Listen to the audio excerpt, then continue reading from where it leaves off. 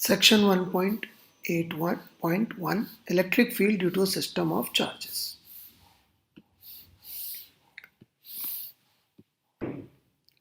तो यहां पर ये बता रहे हैं कि एक स्पेस में अपन ने अलग अलग चार्जेस रख दिए अलग अलग पोजीशन वेक्टर पे, जैसे कि r1 पोजीशन वेक्टर पे q1 चार्ज रख दिया, r2 पोजीशन वेक्टर पे q2 चार्ज रख दिया and so on so fourth n तक अपन ने अलग अलग पोजीशन वेक्टर पे अलग अलग पॉइंट चार्जेस रख दिए। अब यदि हम किसी पोजीशन वेक्टर r पे नेट फील्ड निकालना चाहते हैं कि इस जगह पर फील्ड क्या है, तो हम जैसे superposition principle Coulomb's law use किए थे नेट फोर्स निकालने के लिए, ठीक वैसे ही हम कह सकते हैं कि यहां पर जो एक टेस्ट चार्ज रखा जाता उस टेस्ट चार्ज पे सारे फोर्सेस का सम कर लेंगे, इस Q1 की वजह से, इस Q2 की वजह से, इस Q3 की वजह से, और वो जो फोर्स आएगा that divided by this test charge Q कर देंगे तो फील्ड आ जाएगी।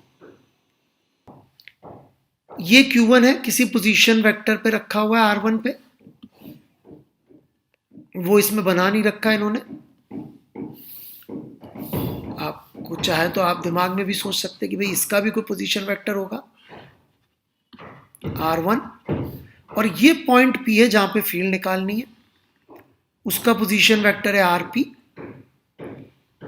तो 1 से P की तरफ डायरेक्टेड पोजीशन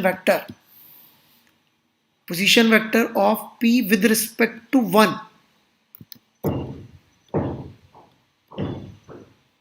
वो ये हो गया।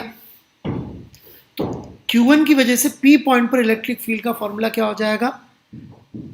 1/4πε0 Q1/r1p का स्क्वायर, जहां पे r1p क्या है, इस वेक्टर का मैग्नीट्यूड जो कि 1 और p के बीच का डिस्टेंस है, और डायरेक्शन क्या होगी, डायरेक्शन होगी अलोंग r1p कैप। r1p का मतलब क्या है, position vector of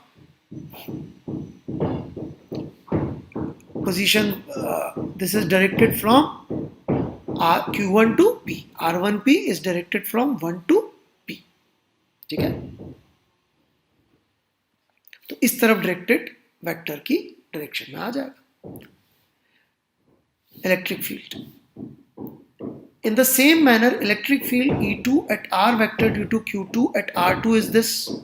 E2 vector, same to same, वो का वही लिख दिया, E2 is equal to 1/4πε0 Q2 by R2p square multiplied by R2p cap, where R2p is a unit vector in the direction from Q2 to P, Q2 से P की तरफ directed बना दिया, and R12 E vector at position vector R is E vector due to 1 at R at position vector R, and इसको अपन जितने भी charges हैं उन सबके लिए जोड़ दिया। तो यहां पर ये क्या कह रहे हैं कि भाई इस पॉइंट पर जो फील्ड आएगी वो इंडिविजुअली अपन ने सबकी वजह से फील्ड लिखी और उनका वेक्टर सम कर दिया। So this is equal to 1/4πε0 Q1/r1p का square r1p cap plus 1/4πε0 Q2/r2p का square r2p cap and so on. So ER vector को बेसिकली यहाँ समेशन लगा के लिख दिया, 1/4πε0 को कॉमन ले लिया और ये वाला जो हिस्सा है सबका वो अलग है तो उसको अंदर छोड़ दिया और उसमें अलग अलग चार्ज के लिए I लिख दिया, मतलब 1 के लिए I, फिर 2, फिर 3। तो E जो है वेक्टर क्वांटिटी है जो अलग अलग जगहों पे अलग अलग होगी और ये डिपेंड करेगी कि सोर्स चार्जेस के मुकाबले में RP का है। यहाँ पे एक चीज जो इन्होंने लिखी नहीं है पर हो सकता है आपके दिमाग में चल रही हो कि यदि Q1 Q2 में से कोई नेगेटिव हो जाए तो बिल्कुल टेंशन नहीं लेने का है, विद साइन पुट करेंगे तो अपने आप यदि डायरेक्शन अपोजिट होगी, जैसा मैं आपको पहले भी बता चुका हूं कि जब भी हम लोग वेक्टर यूज कर रहे हैं फील्ड में तो साइन रखना है। तो मान लीजिए को बोले सर Q2 नेगेटिव होता, -3 कूलम होता, तो E2 की डायरेक्शन इसकी वजह अपोजिट हो जाएगी, तो वो अपने आप यहाँ पर मैनेज हो रहा है, उसके लिए हमको प्लस माइनस दोनों लिख सकते हैं।